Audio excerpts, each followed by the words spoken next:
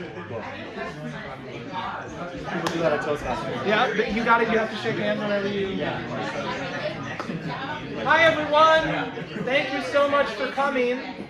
We're going to get started. I appreciate you being here. Hi there, I'm Matthew Zimmer. I am not giving you a presentation. I'm here to introduce people that are. Welcome.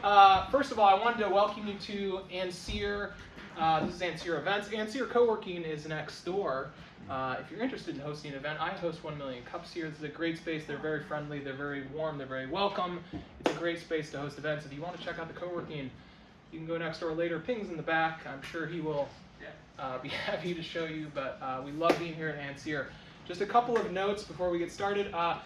If you parked and you paid, thank you. You have donated to help this space keep running. If you haven't paid, there's actually a little QR code in the back, like right near where you came in. If you want to scan that real quick, you can validate your car for parking. The other thing is bathrooms. Down out the door, down to the left, right on the right there. You'll hit the men's and then the women's. So that's where the bathrooms are. I think that's about it, right? Well, you mentioned 1 Million Cups. Can you explain what that is and when the next one is? Oh, sure. Like I said, I host 1 Million Cups. 1 Million Cups is basically a startup presentation group. We meet every Wednesday right here. So we're meeting tomorrow morning at 9 a.m. It's 9 to 10. It's a great event if you have never been. Startup pitches every single week. All right. So I guess without further ado, I'm going to welcome Fergal, who is the founder of Standing a Startup Group, to give us our presentation. Thank you.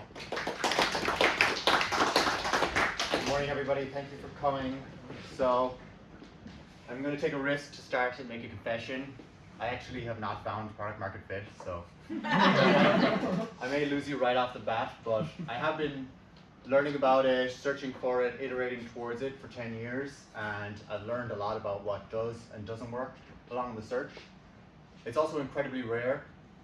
I don't know if anyone in this room could truly say they found it, so I believe that if we all work together, we have a much better chance of finding it together.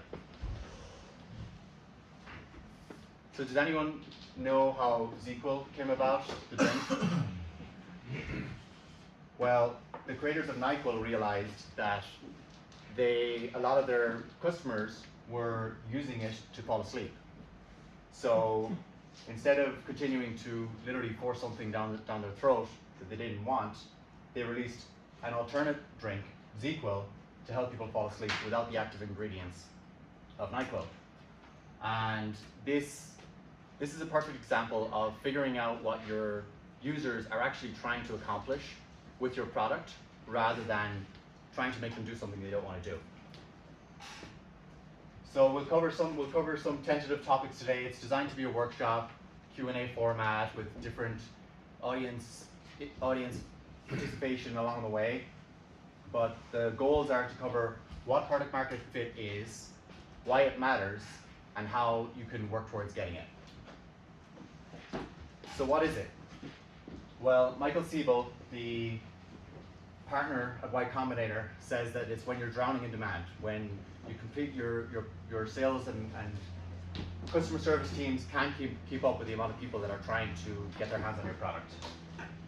And this diagram, this Venn diagram made up of, I believe these are individual Venns, let's just call them Venns, says that it's a combination of you've made a product people want, you make a profit delivering this product to people at scale, and you can find and keep people sustainably.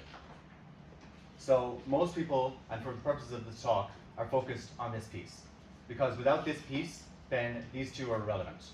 These two are for sure important, but as long as you're not wildly unprofitable, or your costs and your income are not wildly disparate, then you can figure out how to make it streamline things and optimize things over time. And as far as distribution, that's also a problem that can be solved by investor money, for example, or revenue that you're generating from building something people want. And why does it matter? Well, we've all heard the statistic that 90% of products fail. Well, the reason why this is, the most common reasons are lack of market demand, i.e. lack of product market fit, lack of fundraising, and the company running out of money, essentially. And the main reasons why people can't fundraise or they run out of money is because they haven't found product market fit. So by definition, it's the main reason that most companies fail.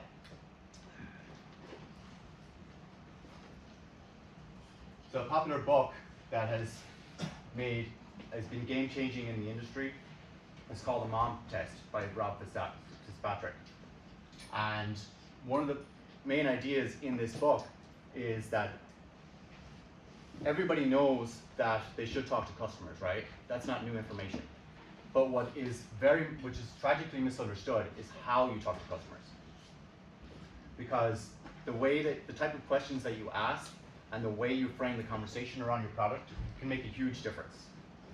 So if you can imagine what it might look like if you were to go to your parents and ask them what they think of your startup idea, it might look something like this, where no matter what way you position the question, they're always going to give you positive feedback. I had this experience recently with my mom when I started my email newsletter, and she was my only subscriber. I was trying for the life of me to figure out how to grow the subscribership, so I asked my one subscriber, what did she think? What could I improve?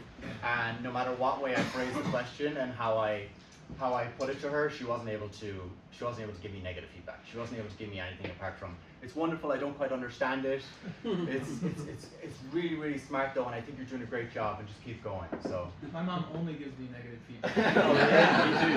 That'll be nice. We should swap. Yeah, she usually does, but whatever reason, with this startup thing, she wasn't able to. So it's not a good source of feedback. So anyway, does anyone know what type of questions, or when people are looking for customer feedback or doing market research, what sort of questions do you ask to try and figure out what people want? Do you want to buy one now? Okay. What Now.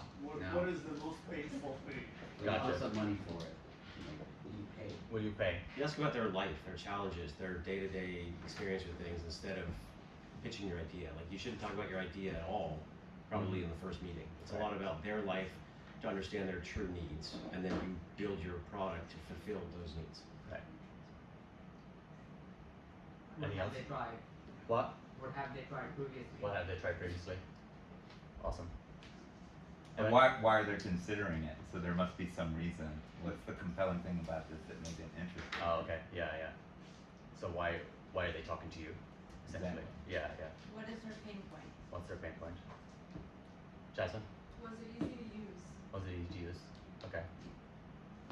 Great. Okay. Well, anybody else? Anything else? Any other ideas? Have they quantified the pain? Have they quantified the pain? What's their current solution? Their current solution? Was there anything they noticed when they used it that kind of surprised them?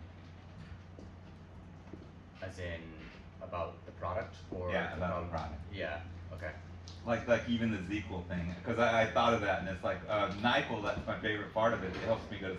I feel like crap. If you're asleep, it's better. Right. So that's my favorite part of NyQuil. Yeah. If you're actually sick. Yeah. Yeah.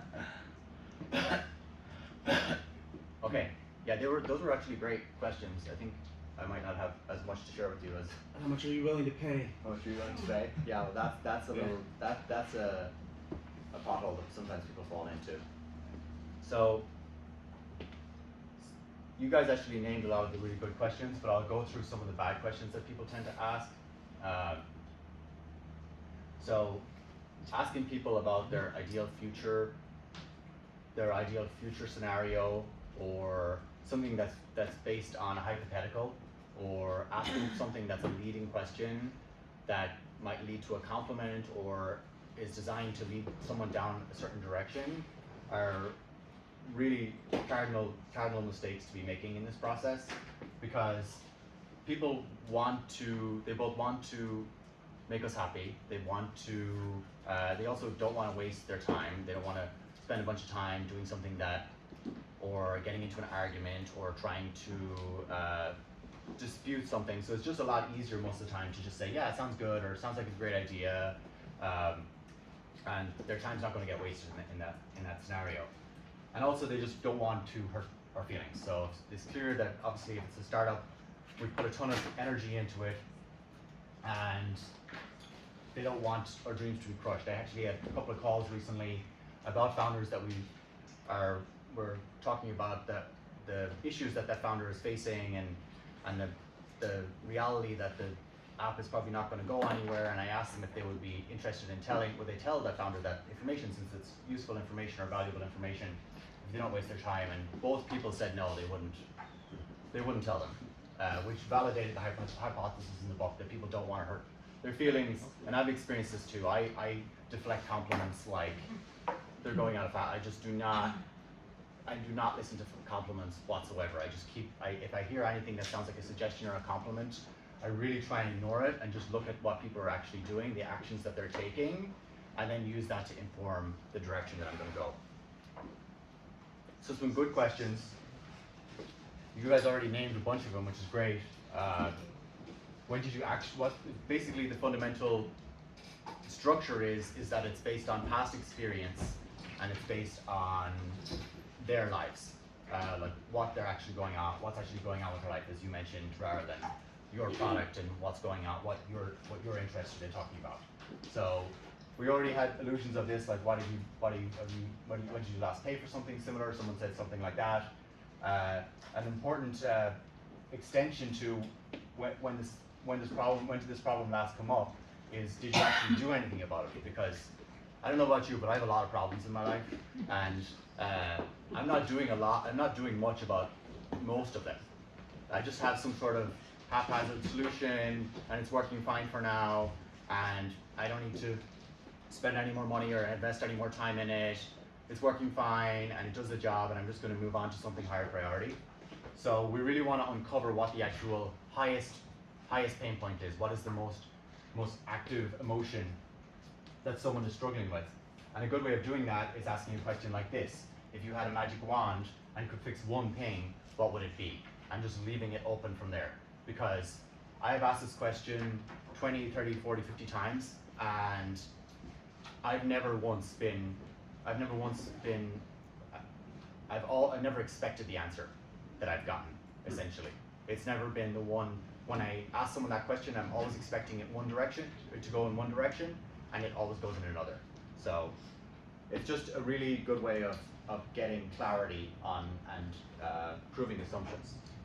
Another great book is called Write It, which has a cool technique in it called prototyping, which is essentially it's something you could do after you've implemented the techniques from the mom test, after you've had conversations, which is the most common example that most of you have probably experienced or done yourself is, instead of building an entire product, just building a landing page that describes the problem, the solution, maybe some other benefits, and then asks for a small investment like an email, or maybe even a small deposit. So I actually used that for this event where I didn't know which topic to go with.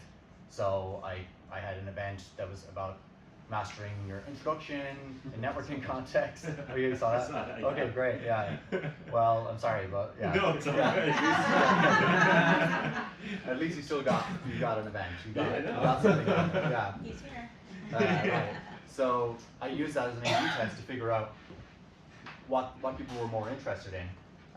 Does anybody have any other techniques like that they use to quickly get a signal from the market before they go ahead and invest a ton more time and energy into something? You can run cheap ads, Cheap ads, right? yeah. You could just put $100 into 2 different ads, A/B test something, and see if there's any interest at all Yeah. on the landing page. Yeah. Nice, yeah. I was gonna say, we hosted meetups. Oh, meetups.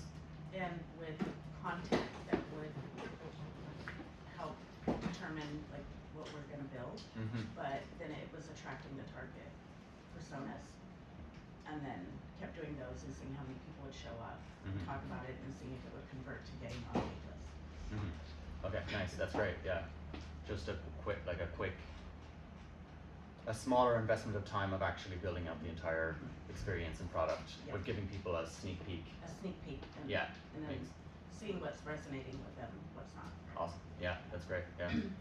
I do, I call it paper prototyping, so I basically, if I can't build it on a piece of paper, like, I don't know what it is. Mm-hmm. I know that's pretty amorphous, but Like a design or something. not or- really a design. Like if I'm, like before building a landing page, it's like, okay, let me make a sign up page and hand it to somebody and see if they put their name on it. And if I can't get somebody to do that, I'm not gonna do it digitally. Yeah, yeah.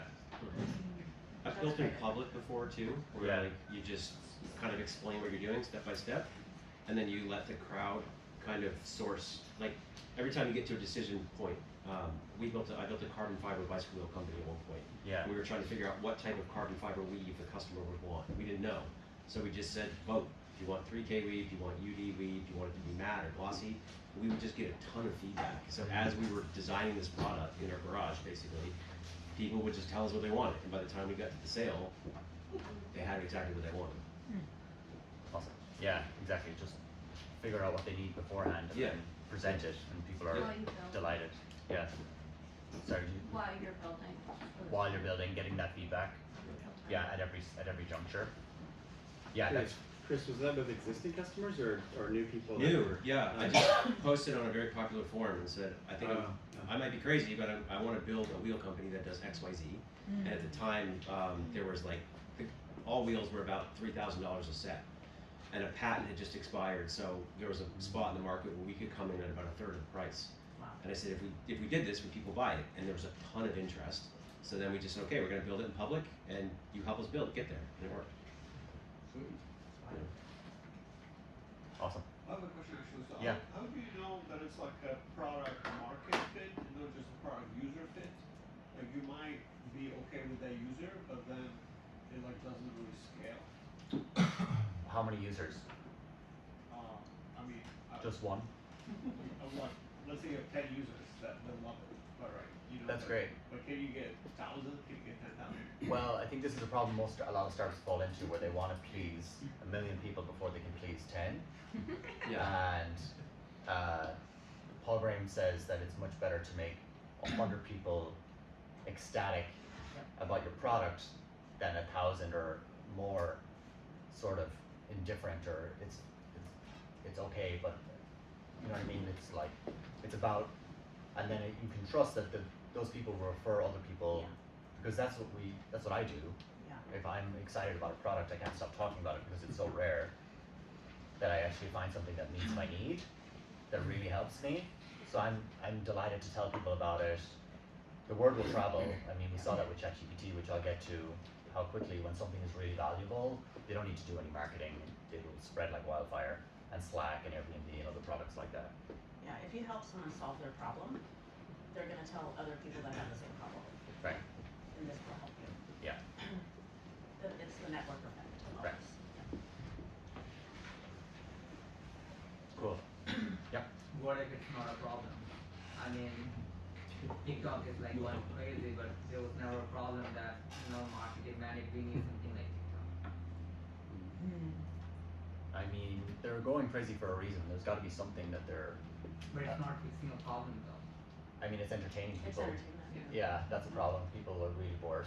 I'm really bored sometimes. Yeah.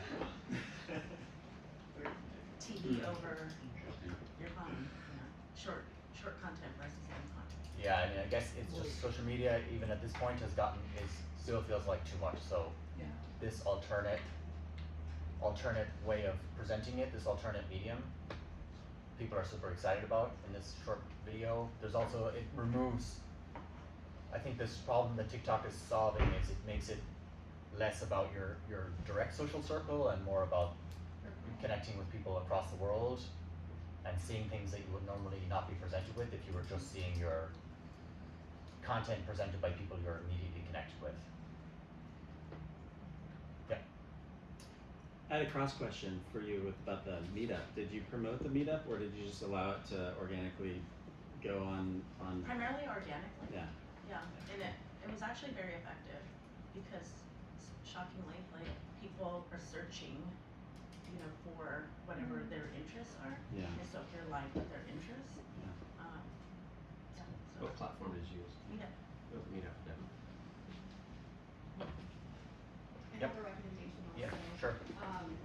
Reddit, like don't underestimate the power of Reddit. Like you can go on there and search for keywords like that are in your space or around your space, and you will find threads of people complaining about what's not working.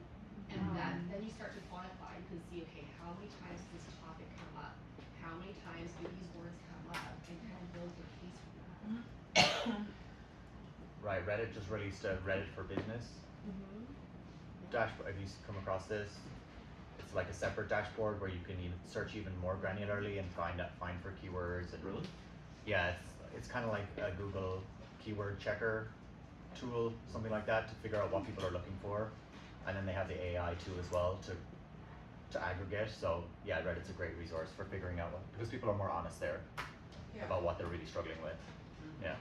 There's also a product called Gummy Search on Reddit that helps you identify by persona and things like that. Yeah, so it's kind of blew up last year. So if you want to search for that, it's a good way of getting a kind of a cross section or looking at different personas that they are searching on there. So the guy does a little bit of correlation. Yeah, I use that that's how you inform what you'll do for your landing page, to test out your hypothesis. I just wanted to add to that question that it's true that your research and your focus groups cannot always give you the best picture, especially when the idea is novel and the problem is sort of created. But you still have to your point, have a good representation of your target market. Because it's very easy to get caught up in an echo chamber if you select the wrong audience. Early adopters, for example, they're always excited about the new and latest thing. You think we got onto something and then it doesn't scale. Especially for ideas that are new and a technology push, you've got to sometimes trust your gut and still do the right thing, but it's an iterative process, and it's sometimes you have to lead the market. Yeah, I've been there. So, Tell us more. back in 2008, I joined a startup in the biotech space. I was designing novel bioreactors, and I ended up being the product development guy who designed this whole beautiful machine. This was CapEx. It was between $40,000 for the smallest unit to several $100,000 for the larger unit. And everybody, we do trade shows. We built this product. We were in love with the product, and we thought for sure, and it worked. It worked really well. But nobody wanted to take the risk of changing from their traditional technology to this new technology. And everybody would tell you at trade shows, oh, this is amazing, I'm gonna buy them next year, I'm gonna put them on my budget for next year. But what I learned is that when people do that, something else always takes over. Like, they can say that, and they mean it. But unless that's why I said put the money now. Yeah. Because otherwise, they lead you on to everybody's going to buy this next year. We just need to stay alive for another year, get more funding from our, and then let's make the product even better in that year. Yeah. And they're going to buy it, and nobody bought it. Why didn't they just tell you? Yeah. And they tell you they're going to buy it, Yeah. but it's in the end when it comes to the decision making and putting the money on the line, there were factors like being a small company that wasn't necessarily going to be stable that prevented people from. I mean, there are lots of reasons why they didn't adopt it. The company's alive and found a niche market where it answered a problem that the other equipment couldn't work. So, but where it was just as good as the other equipment in a very wide space, nobody wanted to take the risk of taking something that, it mixed this way instead of mixing this way. And that's a big difference. I mean, it's for the people in the space, it's huge. And yeah, it was very frustrating. So I spent 8 years doing that. And, I had a good equity in the company, but I eventually left with my equity worth nothing. Oh, yeah. Because we had just gotten so much funding over many years, and it just took so long to get traction that there was nothing left for the founders to make money.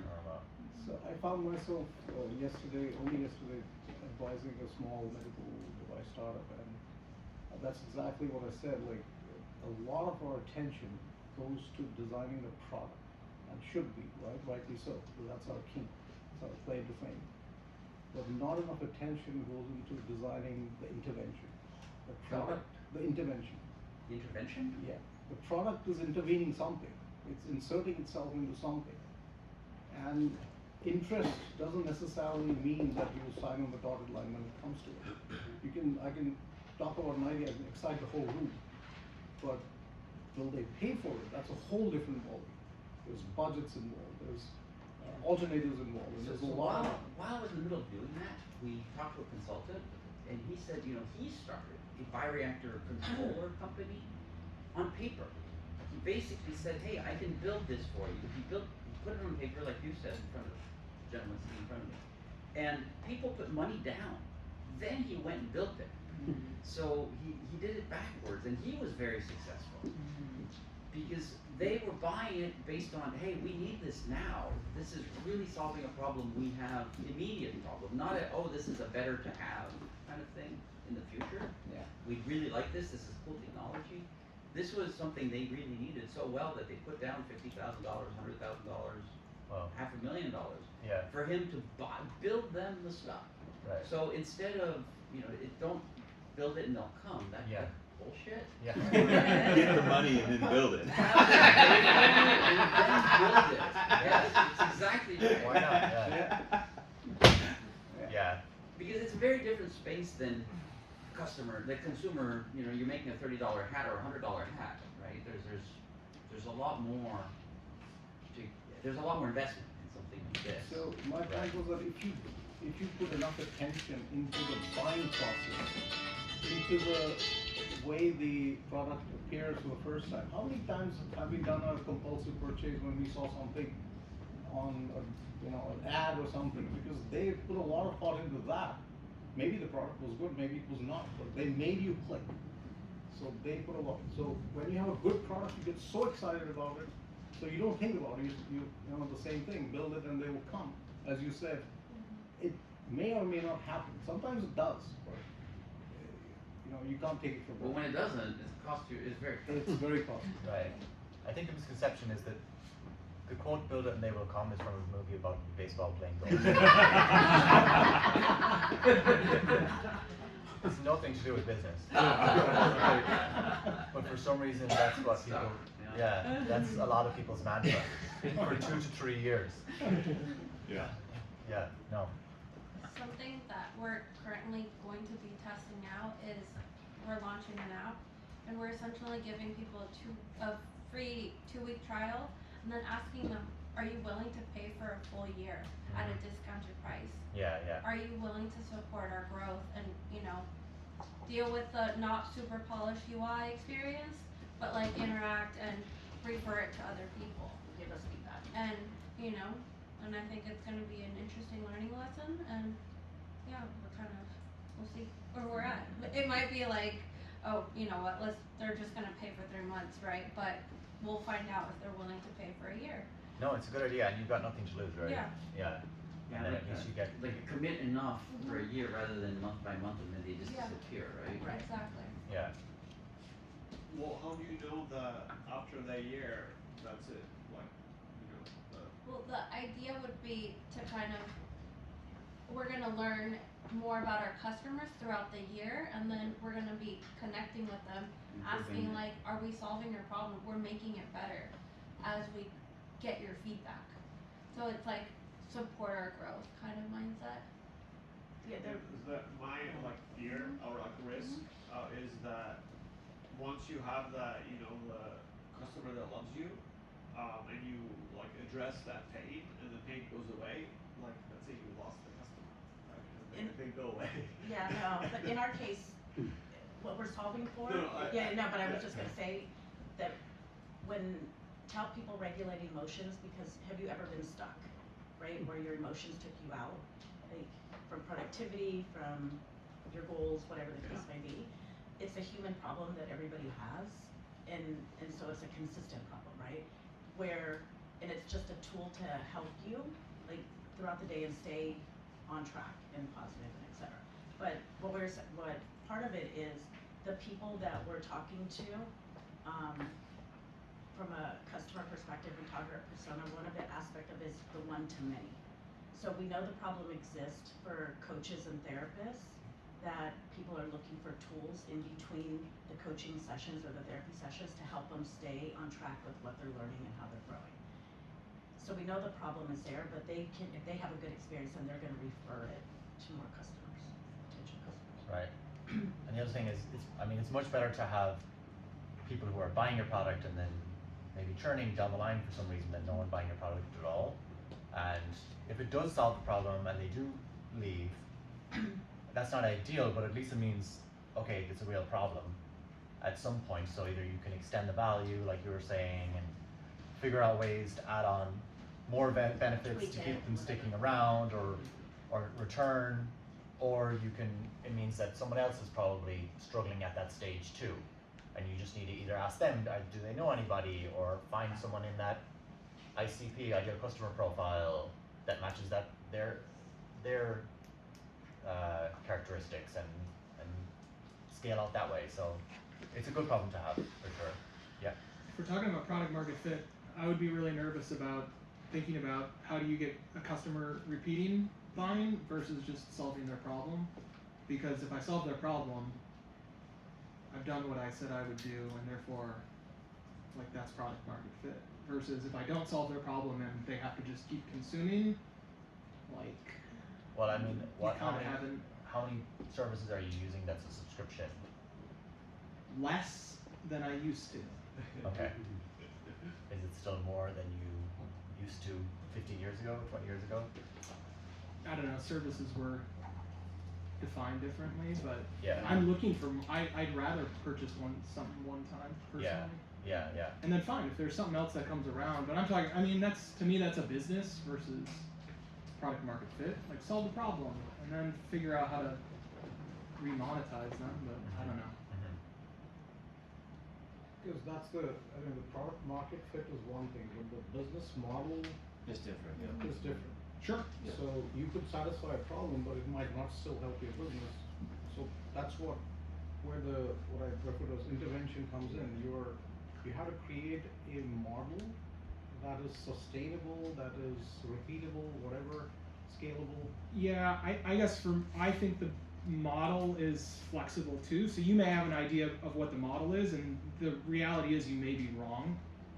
Yet if you are actually solving a problem, you should be able to make money. And that may not be selling the product. It may be doing consulting and you kind of sell the product at cost or at a loss. Yeah. So, the model can be very flexible too. Yeah, and I guess we're talking the same thing, that if a product solves a problem, that's not a be all and end all. It's, if you don't create the right model around it, then it will have some satisfied Sure. customer, but somebody else comes in and makes money. It happens all the time. Yeah. He's going to talk about ChatGPT later. Cool. All right. On that note, thank you. That was awesome. Appreciate everybody's thoughts.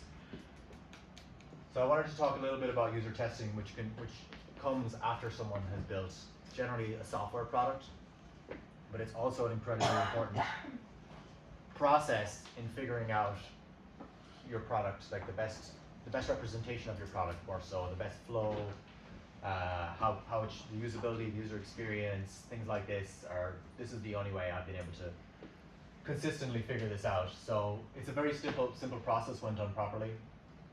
All you need to do is define actions that you would like someone to do in your product, and then just watch them do it in silence.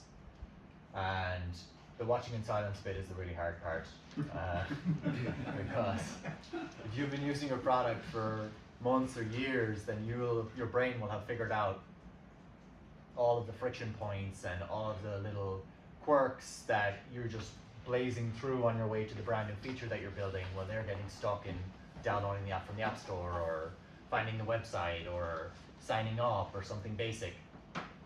So it's really important to be able to just step back and just watch them struggle until they directly ask, I don't know how to do this, I have no idea, something like that. And then you can step in and figure out. I worked at a venture-backed startup, about $9 million in funding, and every day I would come into work to write code, and it was the most demoralizing experience, because I could hear the CEO in the next room just having these incredibly one-sided demos where he would just force the product down some poor potential client's throat, where he would just get on a call and just talk 99% of the time, tell them about all the features, all the cool things he could do. They never landed one client.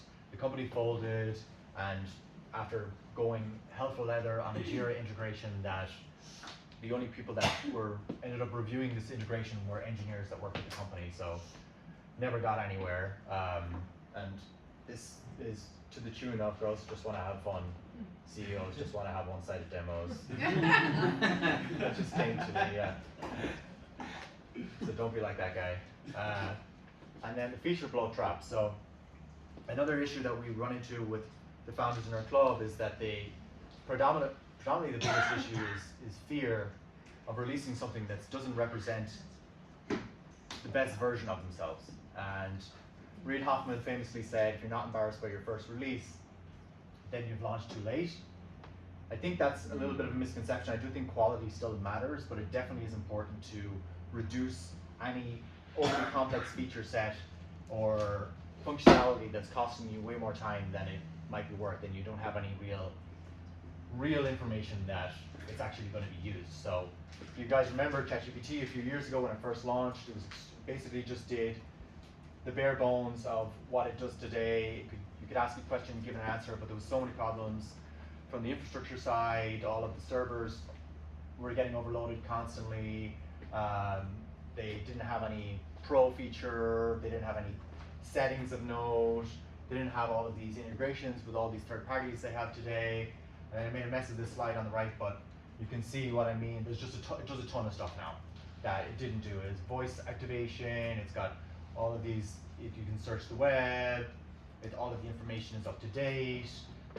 They figured out all those major issues in 6 months, and then from there they were just cruising, talking to users, and they have a ton of money, but at the same time it's still a good example of an agile process that I think all of us can have witnessed with our own eyes, and we've seen the evolution, and we've seen how well that can turn out if you're willing to just take the risk, put something out there, and then roll with it and see what it becomes. Yeah. I was just gonna say there was great talk on, was it Lenny's podcast with the ChatGPT, I can't think of his name off the top of my head, but Sam Altman? No, not Sam Altman. Oh, Greg Brockman, is it? Is that the guy? No, it's the one who actually designed the ChatGPT interface, not, I mean, under OpenAI, of course, but they go through like the whole process of like, yeah, like we didn't know what we were doing. Mhm. And like we put it out and it's like people came crazy. Yeah. But it's, yeah, they articulate that whole process, so it's neat. Awesome. Yeah, I'll check it out. Thanks. Yeah, go ahead. So how do you figure out that right balance of like, okay, I want it to be really like representative of our company, but also like if I don't get this out there, somebody else is gonna have it, and I need to get it out there. Yeah, it's a good question. It's hard. Yeah, people talk about the minimum valuable product rather than minimum viable product. Yeah. Like, what is the thing that solves the core issue? Yeah. No more, no less. Trying to ask yourself that question. Definitely, if you have any sort of beta testers and they're saying, I want more, or they're pulling it out of your hands, any signals like that. That's the main thing, is the signals. And then if you can get beyond those signals and then launch it somehow, and then those signals are also positive, then it's definitely a good time. Oh, great, yeah. Just shout, whoever. No, I was gonna say, so one of the best pieces of advice an advisor gave us was to spend a little bit more money on the marketing, branding, not the marketing, but the branding piece of it, and there's so many low-code, no-code solutions out there that you can do a clickable prototype. And she's the one that told us, and then go start a community on Meetup or wherever. And if you can demonstrate, that's all traction, right? Like people showing up for the meetups, people coming over and converting to your wait list. Then you going through and showing the clickable demo and getting people, and if you get people to pay for it, like the deposit of some sort, that you can take that information and demonstrate that to an investor that there's traction happening. And that actually worked for us, and we got some initial like friends and family money because of it, but that literally, I mean, it was a minimal cost that we put out to do that piece.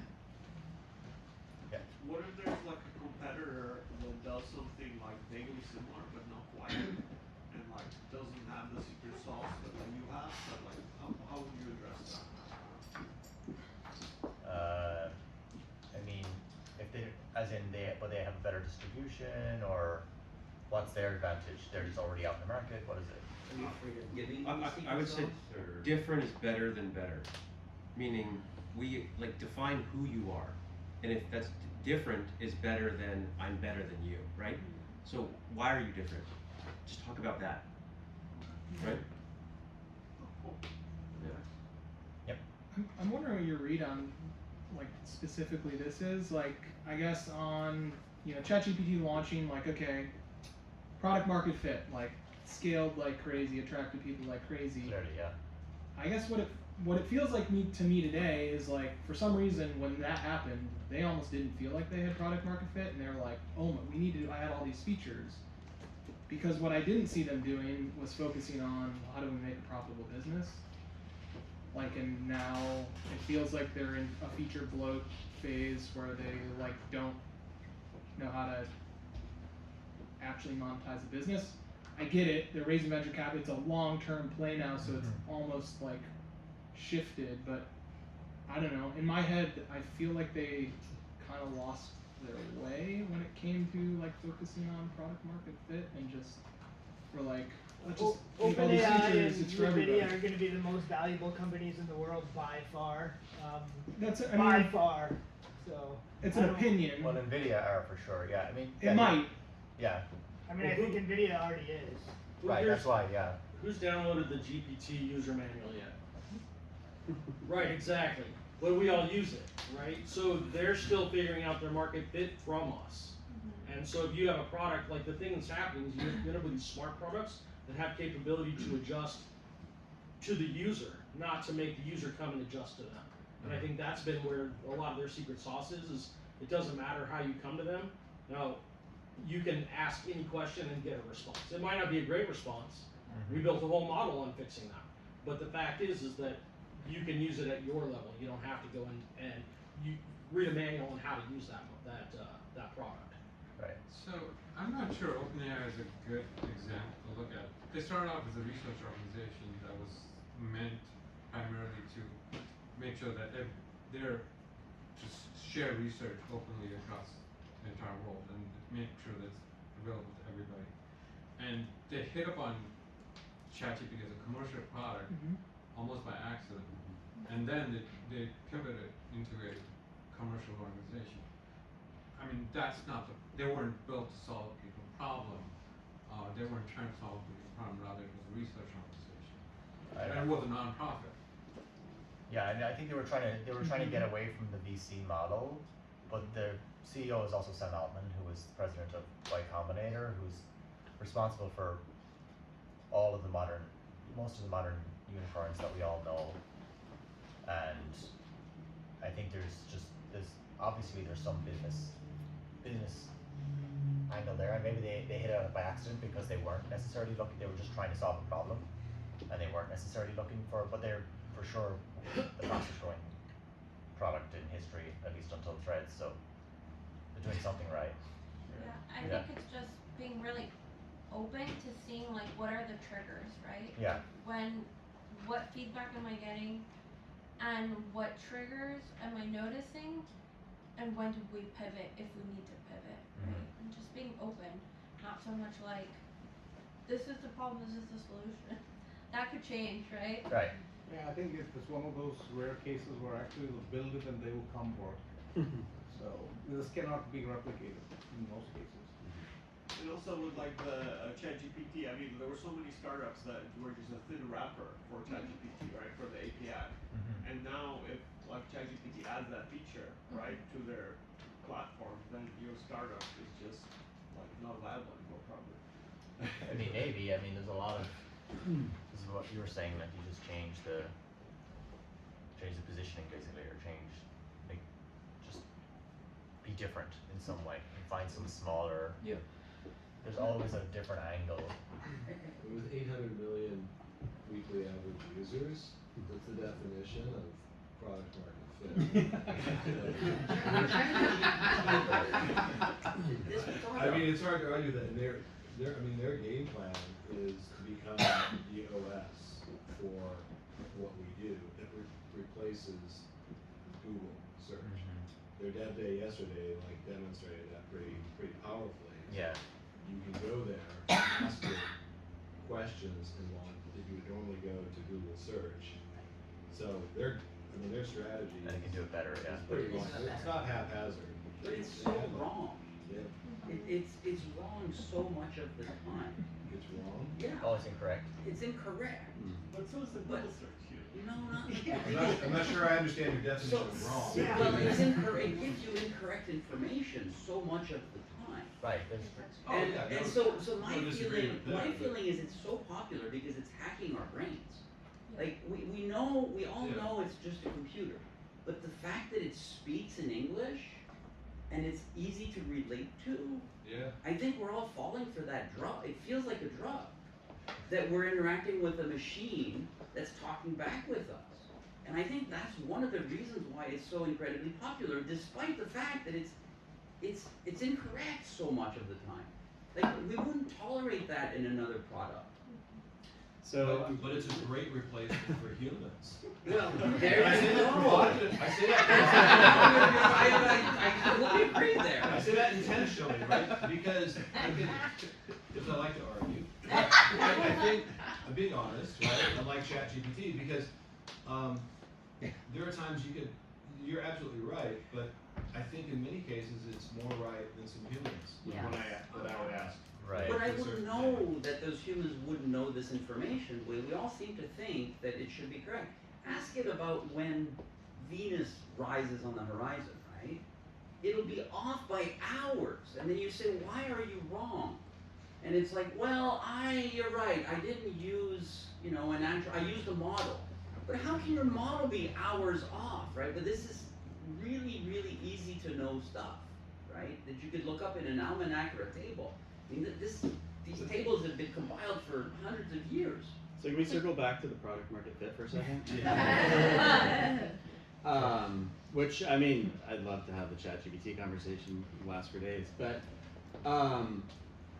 one of the things from the podcast I was talking about that they say is that they just released, they released it early, and they talk about like, if we had waited until we thought like all the features that we thought would be great were in it, like they would have completely missed that boat. And Right. I think that's the point. It's like release early, release often, right? Which Right. is, I'm naturally terrified to do because I want it to be perfect. I'll spend a year on creating an MVP that nobody wants because I'm too afraid to like release it every week with the minimal stuff. But I'm doing things differently. So. That's why you're here, yeah. That's why. Yeah, that's up. Do you think the fact that this thing is free versus paid when it was released Yeah. changed mentality and kind of how to think about product market fit and when to release and what to release? Does that matter? As far as the pricing model, Uh-huh. yeah, I mean, I think it can make it grow faster for sure. Facebook and lots Do of you others. think, like, what about quality? Like, I love ChatGPT.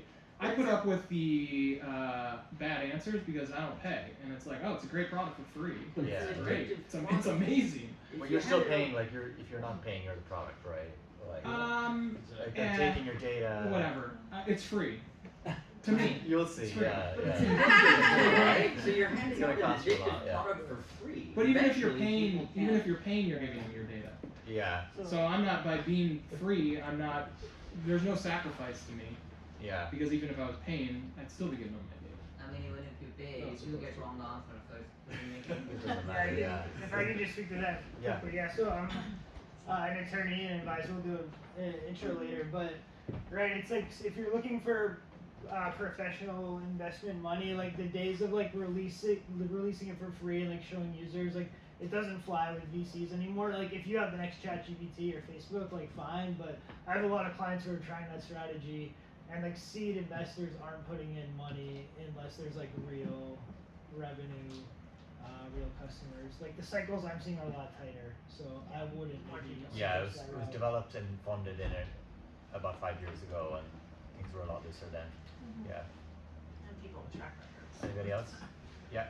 Oh, I was just gonna piggyback on all of this stuff. So yeah, going back to the MVP, like when I released my product, I've had, like, honestly, like probably 100 MVPs. It was like 1.1, 1.01, 1.02. We kept releasing.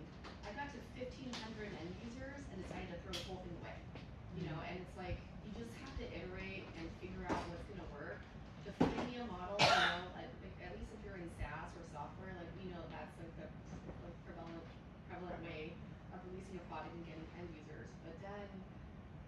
like that's, when you start thinking about pricing, you've gone past MVP and your pitch, right? Cause your pitch and your MVP are gonna line up like this, and it's super finite. But when you start thinking about scaling, then you're thinking about the pricing corridor. That's like step 2A. So I think like right now, if you're thinking about MVP, you just gotta stay laser focused on what is that exact problem you're trying to solve and keep it this small. Because you're not trying to eat the whole pie of the whole market. You're trying to eat your pie, but the whole part of your pie, which is gonna be really small to start with. True. I actually have a hot take. Yeah. From somebody else. Okay. So You don't need to say that, but. Ash Maria, who's one of the co-founders of the Lean Canvas, he actually advocates that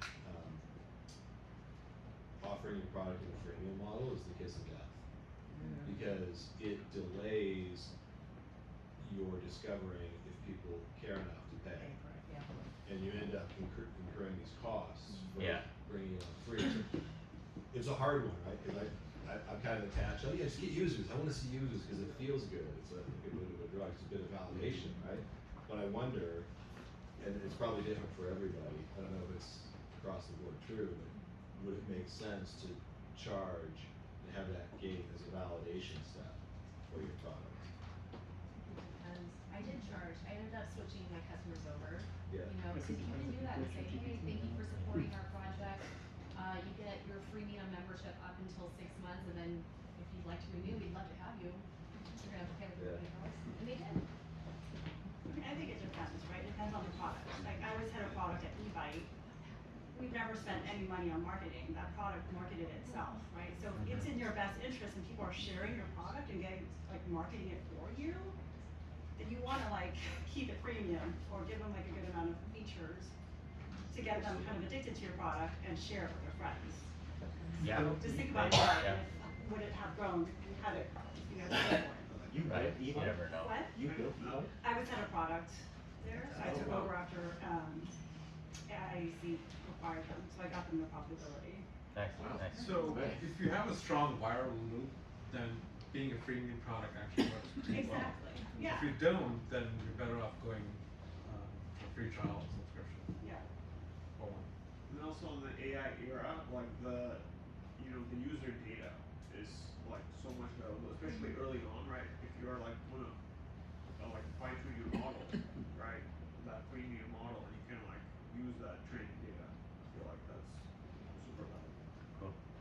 Just one more. You had a question, and then we're Oh, gonna move on. just to add on. I'm a college student, so no one really knows ChatGPT like I do. Okay? It came out my freshman year of college, and so all I'd like to say is yes, the answers are wrong a lot of the time, but it's not so much that people are willing to put up with that. It's people want an answer to their question immediately. It's the people want the path of less resistance when they have a problem, and that's what ChatGPT did.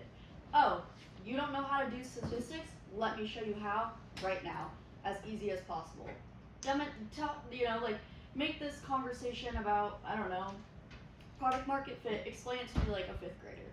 You know, that's what ChatGPT does, and that's what they did, and I think that's where they found their market, is taking the path of least resistance, because Google's great, like, I use it all the time, but I don't want to go click on another link to my answer. Don't want to research the answer to my answer, the answer to my question. So. Also, the genius of marketing is that what you consider as wrong, they call it hallucination. Right. Cool. All right. Great discussion. Thank you, everybody. So to recap, we covered what the differences between good and bad questions. So keep the focus on actual behavior, actual actions people are taking in their lives, and make it open-ended, and try and step back so that they can allow them space to share, be comfortable with pauses. Prototyping techniques, which we went into in detail, and everybody had good ideas around that, and user testing, as well as a really surprisingly stimulating conversation about ChatGPT. But I guess that's an easy starting point. So unless they're tearing it out of their hands, just keep looking, keep trying, keep iterating. I view it as a positive. I'm grateful anytime I figure out that I'm not going in the right direction, because we all have limited time here, so it's best not to spend time on the things that aren't going to amount to anything. So if you figure out, probably nobody's going to say it to your face, but if you can see the actions that someone's taking are not in alignment with their words, or they don't follow up when they tell you you should do something and they don't actually follow through and commit, that's a good sign that they're blowing smoke up your ass. So as an action item for the next week, a great start would be just to ask 3 of your target users what they could fix if they could wave a magic wand, and just really try and step back and let them share for as long as they need to share. I guarantee you it won't be what you expect. If you'll allow me for a moment, I want to share a little bit about San Diego Startup Club, which is a vetted group of founders, early stage tech founders, where we come together to have conversations like this, to support each other, to collaborate, to keep each other accountable. You can also get expert advice from legal, business, product, and technical experts like myself, Tyler, Matthew, and some other people that are available online, and just a community of other entrepreneurs, startup founders who really understand what you're going through. If you're interested, you can scan the QR code. Membership start at $400 a month, and that's it. Thank you.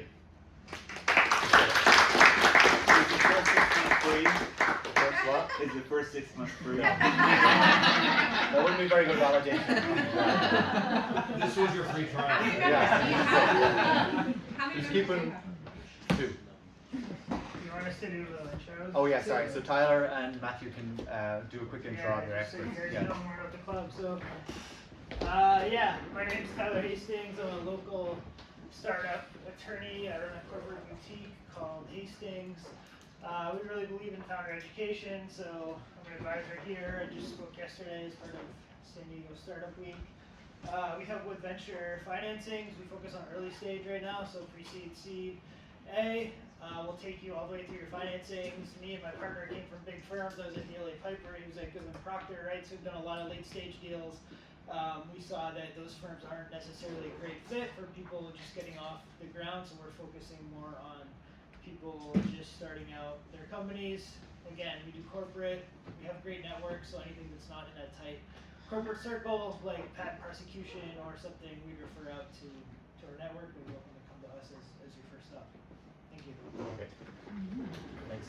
Go ahead. I'm Matthew again. I'm a business professor at University of San Diego, and I wanted to maybe tie on to my college student over here. So something that I did this semester was, instead of doing lectures, I flipped, and I just started creating assignments, and I give them to my students, and I say, teach yourselves, I'm here to answer questions. It totally flipped, and what I found, it was very nerve-wracking, but what I found was students loved it. And I was there to help the people that needed it, not help the people that didn't need it, and we use AI to support kind of what I do in class. So that's a really interesting learning that I learned at my time teaching.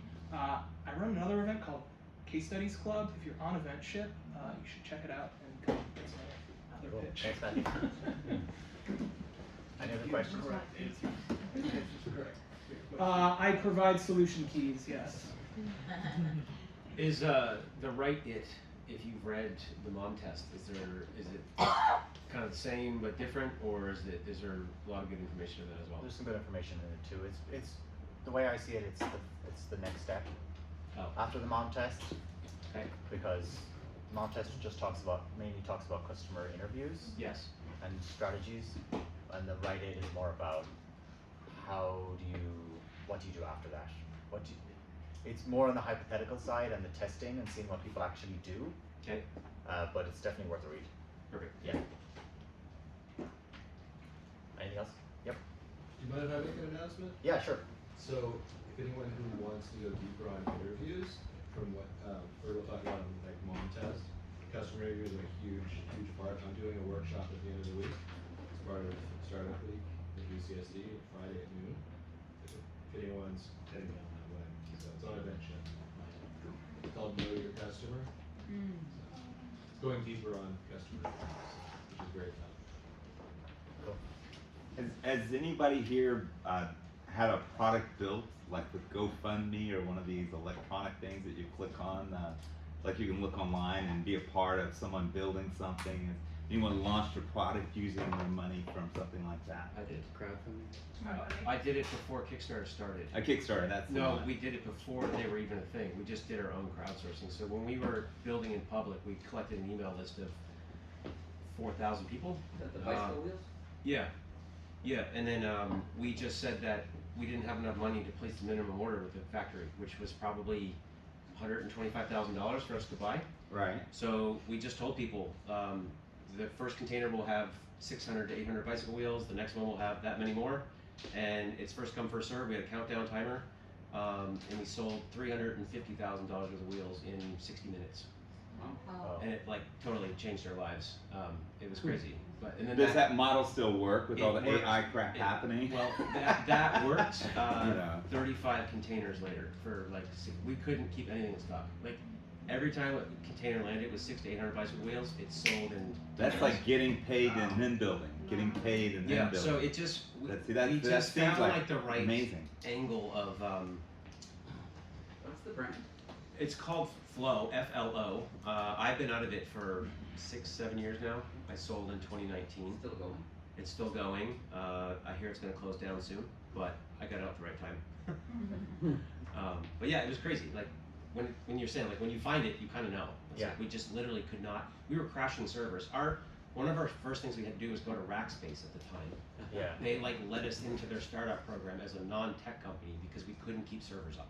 Wow. And they just gave us a bunch of like credits to build on their systems. What do you think was there a defining moment or a few specific actions that you took? That I think, like I said, all bicycle wheels were about $2,000 to $3,000 at the time, and there was a patent that was co-owned by 2 companies, and that's why they could charge that amount. The only other option was a direct-to-consumer model, but they had to use 20-year-old technology. So I had bought a pair of the very expensive wheels, and when I looked at them, I'm a mechanical engineer by trade. I just thought there's no way this should cost that much. And then I looked into the patents, and it was expiring that year. So we were the first company to market that sold this patented technology that had been protected for 20 years at a price that was even cheaper than the direct-to-consumer models. Right. And it was something that was just too good to be true. Yeah. And there was a lot of pent-up demand for people who wanted really nice bicycle wheels, but could never afford them. Yeah. So we didn't really take market share. We just expanded the market to lower people who couldn't afford the high-end value, and it just took off. It was Why is crazy. it closing here? What's that? What's the problem? Not too many competitors, or? Chris left. That might be part of it. It just, you know, I think there's more competitors. The prices have come down across the industry overall. I think we had an effect on that. And I think a lot of bikes now OEM is like original equipment manufacturer. So when a bike ships now, they often ship with higher quality wheels than they did 15, 20 years ago. Like 15, 20 years ago, they came with really bad wheels. So everyone wanted to upgrade. Now, a lot of times if you buy a bike, you get pretty good wheels. You mean to start. bad carbon wheels, or? No, they're typically aluminum. And I mean, the manufacturing cost of those wheels could be $50 for a set. You're buying a $3, $4, $5, sometimes $10,000 bike. I was building wheels back in the 90s. Yeah. So they were aluminum, those ones. Yeah, anyway, that's what we did. Cool. Anything else? Any other questions or? Actually, I have one. Yeah. So I know you talked about the blow and smoke part. Yeah. But, like, how do you actually try to avoid that echo chamber when you're in that customer discovery phase? Because like I could definitely see like some cost fallacy. Like you're already 2 years in. Yeah. Hold it out for another year. Yeah. Like, what is the thing that usually make people click and go, oh, it's time to pivot? I think the one mantra or slogan I like is if I knew what I know now when I started, would I have started in the first place? And if the answer is no, then it's time to let go. Because it's a delicate balance between following your intuition, not giving up too easily, but also not beating a dead horse. So that's my favorite slogan. I think too, like, I don't think you should be 2 or 3 years in before you know if you have product market fit or a problem to solve, right? Like, isn't the whole point of these conversations to get that out of the way? I mean, it can take time, even with this. 2 years? Yeah, I mean, I think that's Really? realistic. Yeah. Okay. For most starting founders, at least. Those are the statistics anyway. Really? It takes time, yeah, to iterate towards it.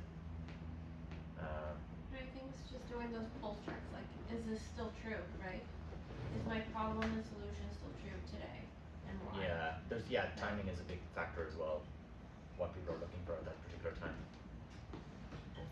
A good follow-up to the mom test book is a book called Continuous Discovery by Teresa Torres. Okay, yeah. That's kind of an ongoing thing about talking to customers and what kind of questions would interact with them. Sorry if I missed this part, but could it be that the iteration cycle to find EMF could be dependent on your product as well? Just Right. like an app versus a hardware product, iteration cycles are really quite different. Right. It definitely applies. I think most of this information applies. It can apply to other sorts of businesses. The Rite Aid talks more about brick and mortar businesses and hard products. So it can still be. It's more about you definitely just want to figure out the right it before. The whole slogan is figure out the right it before you build it right. So figuring out for sure that someone wants this, and that can be done with slogans or with hardware too. You could have some sort of brochure or something, some demonstration of the product without actually using AI or something that shows what it could do without fully investing the time. But I agree with you that the cycles are much slower in hardware, and it's much more difficult to pivot if you've gone in the wrong direction.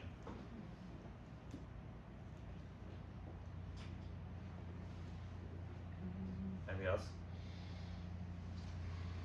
No? Okay, well, Thank you. Thank you so much. Appreciate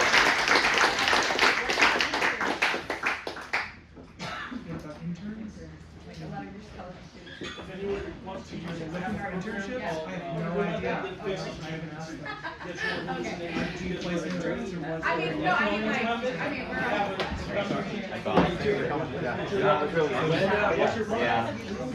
Think about the space. I mean, it's my first actual being in public,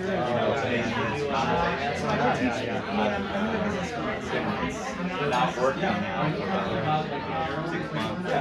So, it's just, I'm in my patent for a while. I never do international. Like a milestone. Really a great conversation. If you look at profile of high school, you might debate this